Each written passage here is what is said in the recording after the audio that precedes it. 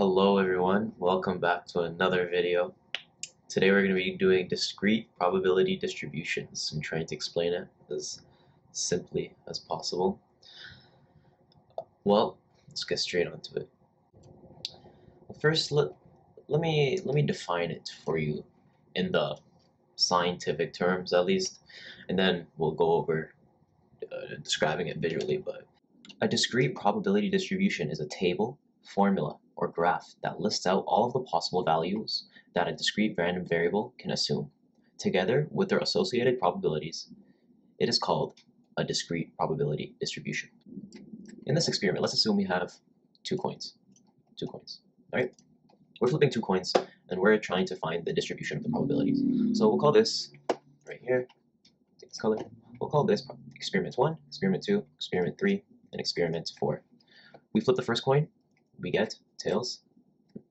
Do a different color. In the first experiment, we get tails and tails. In the second experiment, we get heads and tails. In the third experiment, we get heads and tails. Notice that these are both the same, just flipped over. But notice that these are both the same, essentially.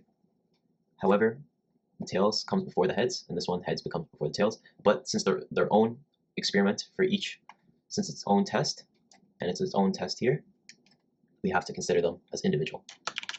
So there, and over here, we get heads and heads. So we notice here, we got two tails over here, two tails, one tail, and two heads. So let's call X number of heads for heads. Hello? Hi. Alrighty, you know, mom calls you, always gotta pick up. Alright, so let X be number of heads. So over here we have, we'll call the X value, have the X value over here,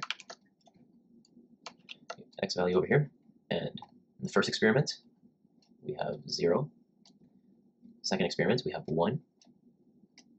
Third experiment, we also have 1 heads, so we'll keep that in here. And the fourth experiment, we have 2 sets of heads. So we'll point this here. We'll point that here, here, and we'll point this here. Because there is 2 heads in this experiment, 1 head in this experiment, so it goes under the X value here, and 0 heads in this experiment, so it goes in the 0 bin. We'll consider these as bins. And right now, we're going to look at the probability. So the probability of it landing on tails, we have 4 individual experiments over here. 1, 2, 3, 4. 4 individual experiments. One of the experiment for tails and tails, the probability is 1 over 4. Since there are 4 experiments over here, and one of the experiments landed in the 4. So that means 1 over 4. And 1 over 4 gives us, is also the same as 0.25% probability. And for it landing on 1 head, so for the X value of 1, you flip 2 coins and one of the coins lands on heads at least, then it'll go into the bin of 1. And you see in experiments 2 and 3, that's what happened in this case. So for the X value, we will have a probability of 2 over 4. Because once again, we had 4 experiments, and 2 of them landed with at least 1 having heads. And remember, heads is our X, so that is what we are looking for. And 2 over 4 is the equivalent of 0.5 or 0.50, which is 50%. And then for the last one, experiment number 4, which is heads and heads, that is 2 heads landing in the same experiment, which gives us also another probability of 1 over 4 because it happened once out of the 4 experiments, and we will get another 0.25 as the probability. And then when you sum these up, this is the symbol for summation. Let me explain that real quick. Equals summation, which would be, example, 1 plus 1 equals 2. 2 plus 2 equals 4 if we were to do summation. we would get the summation of both of those sums, which is 6. Okay, perfect. Alrighty, let's get back to business. So once we have the summation of all those probabilities, we notice that it gives us 1, which is also equal to 100%. 100%. So let's think about this logically. We flip 2 coins.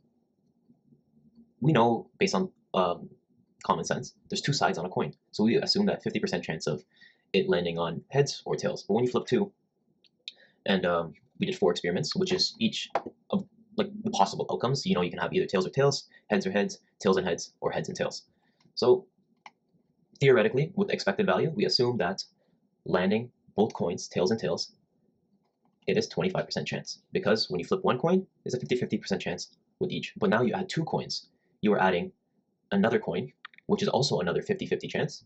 When you add those 2 together, it gives you a 25% chance of it landing on one of those variables. And yeah.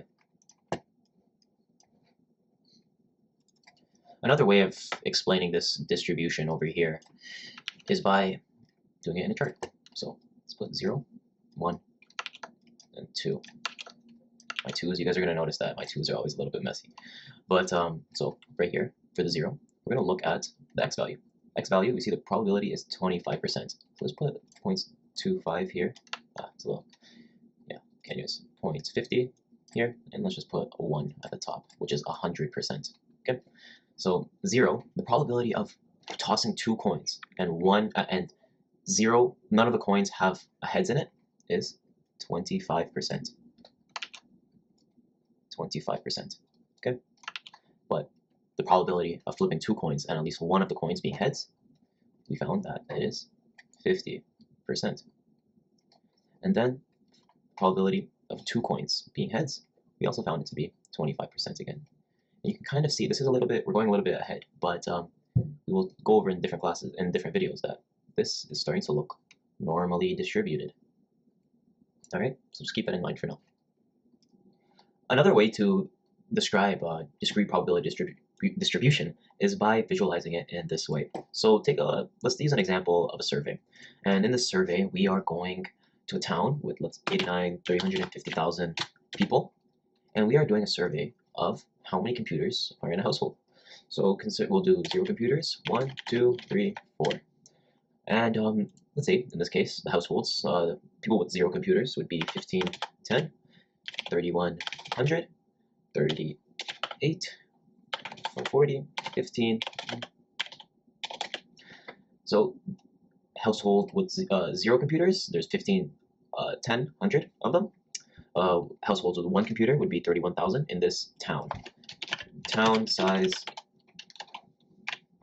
is that, and for future lessons, this would be considered n. Let's put it beside each other. N. So creating a probability distribution with this, we know that x equals 0. Connect like that, Excel shortcuts, which would be x0, and then drag it down so we get all 4.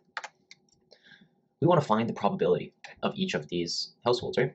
So what we do is we take the number of computers in the household based on that x, and divide it by the total, which is here.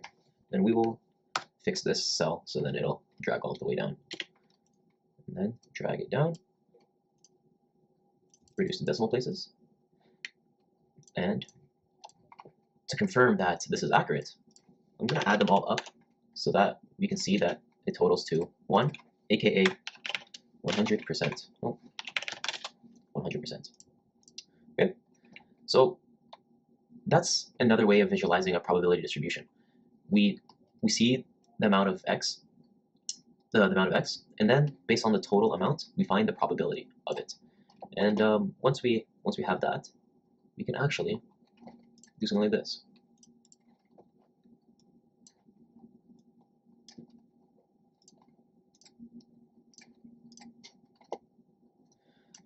And once again, not in every case it's going to be like this, but making a chart, you see that the data is actually normally distributed, which means that 2 computers, you see that households with 2 computers is about 43% of the whole. So the data is centered in the middle, and then it starts to spread down as more computers in the household, which is more rare, or 0 computers, which is also rare, which you see over here at 0, and also over here at 4. But the vast majority are at 2 computers per household, which is around 43%, like we see here, and it's normally distributed. All right, so that's one example of a probability distribution and how to make it based on a survey.